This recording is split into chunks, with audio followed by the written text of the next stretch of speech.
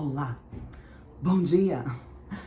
Gente, vocês souberam, né, óbvio, o que aconteceu com a atriz Larissa Manoela, essa menina prodígio, que atua desde os 4 anos de idade, no meio artístico. E obviamente que depois da entrevista dela pro Fantástico no domingo, todo mundo começou a falar. Todo mundo começou enfim, criticar e tudo mais. E toda vez que a gente fala de família, óbvio que todo mundo vai pitacar por um simples fato. Ter uma família famosa, ser rico, ser milionário, não faz com que a gente não tenha os mesmos problemas, né? E por que todo mundo ficou super ali defendendo e brigando, muita gente, né? Defendendo pra caramba a Larissa Manoela por causa da entrevista no Fantástico? Porque todo mundo se identifica em algum grau com pais que fazem aquilo que a gente não quer que faça. E veja, eu vou tentar não tomar partido de ninguém aqui, tá? Mas como alguém que trabalha com família, como alguém que trabalha com criação de filhos, eu vejo muitas nuances. Eu vou começar te dizendo que eu não achei naquela história um certo e um errado. Não achei, tá? Vamos começar por aí. Não achei a vítima e o predador. Não achei. Por tudo o que a gente tem disponível, né, gente? Eu fiquei assistindo algumas entrevistas antigas dela. Fiquei vendo alguns depoimentos dos pais dela. Entrevistas de vídeo que ela deu, porque ela tá trabalhando há 18 anos, né? Ela tem 22 agora, tá noiva. Então tem muito material disponível. E a gente que gosta de comportamento, né? A gente lê nas entrelinhas algumas situações. De repente, agora que se tornou insustentável a questão pública da mãe dela ter parado de segui-la, dela estar noiva e querendo ter total controle sobre o seu capital, agora todo mundo começou a falar e ter uma crise, mas ela mesma diz que a crise foi de muito antes. Então vamos olhar, sem ver a Larissa Manoela, sem a fama, ela é muito grande, né? Eu não acompanhava, mas ela é, enfim, milhões de seguidores e milhões. O patrimônio dela tá avaliado, a renda dela, né, 70 milhões ano de entrada. Olha só, a menina começa a manifestar desejos artísticos, a menina é serelepe, enfim. A mãe leva, faz um ensaio, ela é contratada, a mãe, tá entrando um dinheiro, a gente precisa administrar isso aqui, a gente precisa guardar pro futuro dela.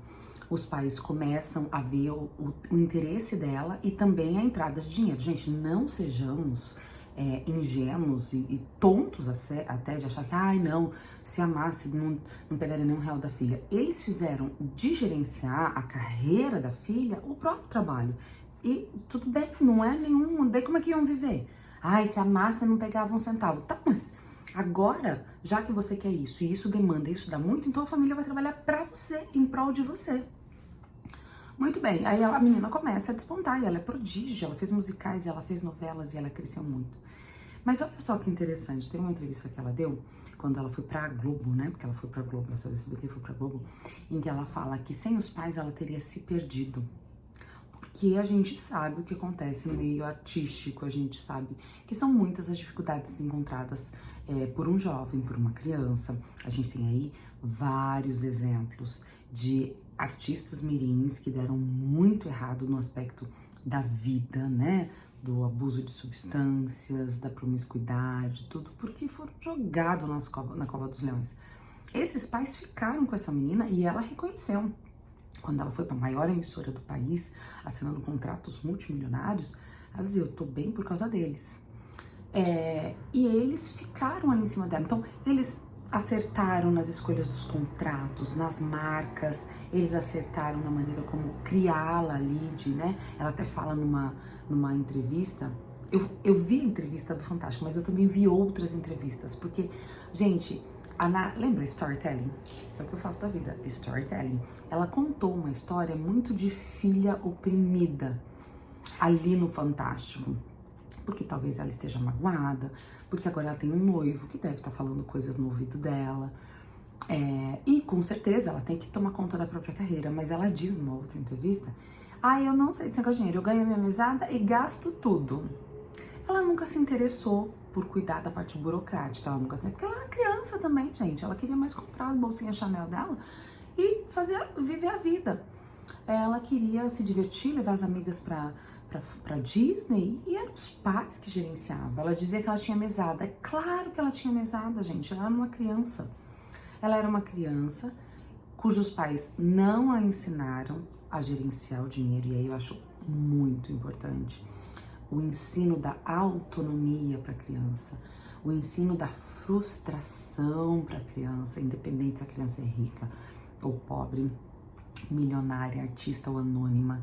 Ensinar seu filho a se frustrar, ensinar seu filho a administrar suas próprias coisas. E talvez com 18 ela ainda não quis, né? Ela fala que demorou um tempo e daí ela foi ver as questões dos contratos. Na reportagem do Fantástico não parece nada ilegal, nada de abuso, nada de roubo. Eu não sei se vocês olharam com esse olhar ou se olharam com a narrativa de pobre sofrida, trabalha desde os 4 anos e não tem um centavo. Não é ter um centavo, gente. Ela não quer o patrimônio que ela acumulou para os pais, porque ela reconhece que eles os fizeram chegar até aqui, mas ela sabe que ela ganha 70, 80 milhões ano entre campanhas, novelas, filmes e musicais. Então, assim, não é a menina pobre abandonando tudo, dando pros pais. Não comprem essa narrativa, por favor, que nós temos mais inteligência que isso, né? Mas daí ela tem essa vida e que eu acho que foi falha dos pais de não ensiná-la a gerenciar o próprio dinheiro, porque ela tinha a mesada dela, ela fala que tinha mesada e provavelmente acabou, o cartão não funcionou, que ela mostra aquele áudio, pai, né, tem como mandar um milho, o ano passado, gente, ela tinha 21 anos, vocês acham mesmo que ela não tinha dinheiro nem para um milho e para um mate na praia? É sério que vocês compraram essa história? Tanto que na outro print que ela mostra da mãe, a mãe dá a entender que o cartão não foi ativado, ou o saldo não foi colocado, ou seja, ela tem uma renda, naquele momento não funcionou, mãe, manda dinheiro aqui, preciso pagar. Aí ela pega, o pai faz um pix pro cara do milho, óbvio, né, tá fazendo pix pro cara do milho, não tá fazendo pra ela, por isso que é só o valor do milho. O que me assusta muito, e eu confesso que assim, eu vi algumas nuances nisso, me assusta muito o ódio que as pessoas estão nutrindo pelos pais. E deixa eu falar uma coisa. Eu não acho que a gente fica perfeito quando a gente vira pai. Nossa, não acho mesmo, tá? Conheço muitas mães narcisistas, controladoras. Eu vi as pessoas criticando porque o Zezé de Camargo falou que a mãe era muito fã da dupla e levava ela pro estúdio e ficava até 2, 3 da manhã porque a mãe queria ver eles gravando, deixava a menininha pequenininha no estúdio. Obviamente que eu não vou entrar no mérito de como é que ela criava rotina saudável para sua filha. Não é essa a minha questão. A minha questão é que existe uma relação ali de controle dos pais. Se certo ou errado, eles estavam controlando o que era da filha pequena. Existe ali uma menina que está curtindo a doidada vida, que vai pra Disney quantas vezes quiser, que leva os namorados pra Disney, que leva os amigos pra Disney, que banca tudo. Quanto vocês acham que uma menina dessa gasta por mês? Pra vida dela? Façam as contas. A gente que não tem essa realidade fica pensando que tudo é absurdo. Gente, ela pedir, gravar ali, mandar mensagem, ai pai, manda o dinheiro, nananã, além de bastante ensaiado, na minha opinião, tanto que ela não consegue, assim, falar mal dos pais na entrevista, porque aparentemente ela não tem mesmo o que falar muito dos pais. Ah, meus pais ficam me controlando. Mas qual pai e mãe que não controla os filhos? Ah, minha mãe tá criticando talvez o meu noivo, tá achando que ele tá sendo uma má influência. Qual pai e mãe que não faz isso? Agora, os pais dela, não é questão assim, abriram mão da vida para cuidar da filha. Não, eles também se beneficiaram bastante de abrir mão das vidas para gerenciar uma carreira de milhões. Mas me admira muito esse ódio todo, porque a gente fala, né, sempre quando a gente fala honra pai e mãe, honra pai e mãe, honra pai e mãe, os filhos estão cansados, honra pai e mãe, eu falo que os filhos deveriam começar a decorar, pai, não ireis os vossos filhos, pais, não ireis os vossos filhos, porque a relação de pais e filhos, ela pode ser e ela vai ser conflituosa em várias instâncias da vida. Seja porque os pais querem exercer algum domínio, algum controle, alguma orientação e os filhos não querem, eles vão se rebelar e eles estão dentro do que é esperado, né, para faixa etária, de querer fazer as próprias vontades e tudo mais. Seja porque os pais podem ser mesmo ruins, negligentes, ausentes, isso também tem. Então eu queria deixar duas coisas assim bem estabelecidas aqui. Primeiro que a gente não sabe o que acontece de fato naquele relacionamento, embora muito tenha sido exposto à mídia, mas a gente via pais cuidadosos, amorosos, que cuidavam e administravam o patrimônio da filha e davam a ela tudo o que ela queria, tudo que ela precisava, mas que exigiam controle ali, porque ela era pequena e não estava nem ligando com nada. E a gente vê uma filha que, ao amadurecer, que ao encontrar novas pessoas, que ao ter um novo relacionamento, agora quer tomar conta da própria vida e os pais meio que não estão querendo abrir mão disso, que também acontece muito, né? É o pai e a mãe que não querem que os filhos casem, que fazem chantagem pro filho não sair de perto, que, ai meu Deus, você vai me abandonar. Tem isso também. Então, eu acho que antes da gente ficar jogando pedra, os pais é que estão certos, os pais que estão errados, essa menina que tá certa, essa menina que tá errada, é muito interessante a gente avaliar como é que a gente tem lidado com essas nossas próprias relações familiares. Porque todo mundo tá falando tanto disso porque a gente se identifica. A gente se identifica com a menina que uma hora quer fazer as próprias coisas e os pais não deixam, e quer seguir a própria vida, e quer fazer uma faculdade em outra cidade, e quer namorar aquela pessoa específica, e os pais estão ali em cima, marcando em cima. A gente se identifica com isso. A gente também se identifica com aqueles pais, eu, né, que sou mãe, aqueles pais que querem controlar, tá vendo que a pessoa tá fazendo um negócio errado, sempre controlar a questão da filha, tá ali cuidando de tudo e de repente a filha não agradece nada e você se sente, poxa vida, que ingratidão. Eu também me identifico. Só que isso, essa ode de ódio em cima dos pais dela, me faz pensar o quanto a gente não tem nutrido mais o amor e a tolerância familiar. Porque não é só amor nas relações familiares, gente. Nenhuma família é perfeita. Não é porque seus pais erraram com você em algum momento, porque te contrariaram em muitos outros momentos. É papel do pai e da mãe, que eles são maus, que eles são narcisistas, que eles são abusivos, que eles são tóxicos. Para com isso. Já pensou em quantas vezes nós somos tóxicos para os nossos pais? A gente não agradece, a gente não ajuda, a gente dá desgosto, a gente faz eles se preocuparem. Quantas vezes nós somos tóxicos, abusivos e negligentes com os nossos pais? Por outro lado, você, pai e mãe, o quanto você está permitindo que seu filho sofra, que seu filho aprenda, que seu filho saiba gerenciar a própria vida, que ele saiba arrumar a sua cama, fazer a sua comida, limpar o seu espaço, sabe? No curso de autoestima das crianças, uma das coisas que eu falo, inclusive, quem é pai e quem é mãe, aqui embaixo tem um link para um curso em que eu falo para vocês como a gente trabalha a autoestima da criança. Além disso, tem uma entrevista com uma psicóloga que explica como que a gente lida com o que a gente já errou na infância e como a gente cuida disso na adolescência. E também um curso da Liliane Rocha falando como a gente trabalha a questão da sexualidade da criança e do adolescente.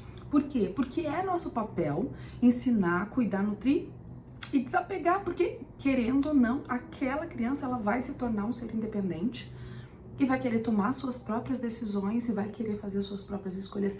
E muitas vezes essas escolhas e essas decisões não vão ser aquilo que a gente gostaria que fizesse, não vão ser aquilo que a gente faria, mas ela é outra pessoa, é uma pessoa que pensa diferente às vezes.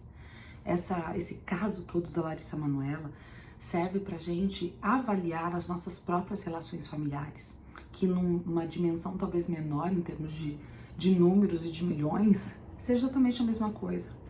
Filhos que deixam tudo pros pais, aí cuida aí da parte chata que eu quero me divertir, e tá tudo bem. Sabe o filho que a gente tá andando no parque e segura a mãe, quem é mãe aqui sabe o que eu tô falando? Leva minha mochila, carrega meu negócio, não, e você carrega literalmente a vida do filho até que ele tenha condições de fazer suas coisas, mas chega uma hora esse filho quer tudo pra ele do jeito dele, você se sente até meio, poxa vida, fiz tudo por você até agora. Ao mesmo tempo, que serve pra gente pensar o quanto honrar a Deus está intimamente ligado com não irar os nossos filhos. São duas orientações, são dois mandamentos ali, né? Não irem seus filhos, no sentido de provocá-los, de levá-los a... Não acho, obviamente, que levar os pais a um constrangimento nacional, onde agora eles estão, né, no palco do julgamento, seja também a melhor solução, mas talvez tenha sido a única que ela viu, para reforçar a narrativa que ela está contando, né, da menina que nunca teve controle de nada. E de novo eu reforço, não acho que tenha vilão e mocinho nessa história, não acho mesmo, não me parece. Me parece mais uma relação em que limites faltaram lá atrás. Respeito e responsabilidades também faltaram para essa menina, que agora quer tomar conta de tudo, mas não reconheceu que para ter tudo agora, inclusive esse nome de peso, um trabalho bem árduo foi feito pelos pais, como empresários lá atrás. Isso ensina a mim e a você a lidar melhor com os nossos pais, né? Quem tem pais aí ainda, que possamos fazer esse trabalho. E também a gerenciar melhor os nossos filhos. Nossos filhos não são bolinhas delicadas, preciosas, não. Nossos filhos são gente. Eles precisam aprender a se frustrar, a lidar com as coisas, a serem responsáveis, para eles saberem gerenciar a própria vida sem que a gente fique ali o tempo todo de melindre. Essa história é boa. Essas histórias de pessoas famosas acabam trazendo para dentro de casa uma discussão que às vezes a gente não tem. Como é que anda a sua família? Como andam os seus relacionamentos com o pai e com filhos? Coloca aqui nos comentários, eu quero saber. Você é daquele que tomou partido? Time Larissa, time Paz? Ou você é daquele que tá vendo tudo isso tentando entender o que foi que aconteceu? Me conta. A gente se vê no próximo vídeo. Beijo.